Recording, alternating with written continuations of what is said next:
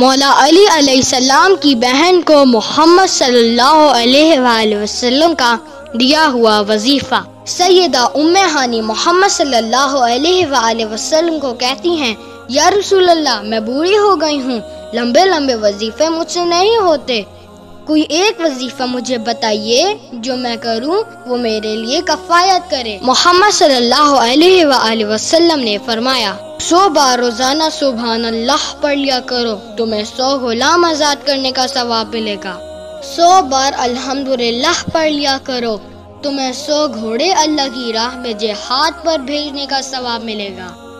100 بار اللہ اکبر پڑھ لیا کرو، تمہیں 100 اونٹ اللہ کی راہ میں قربان کرنے کا ثواب ملے گا۔ اور 100 دفعہ لا الہ الا اللہ پڑھ لیا کرو، یہ زمین و آسمان کے درمیان جتنا فاصلہ ہے یہ عمل ثواب سے بھر دے گا۔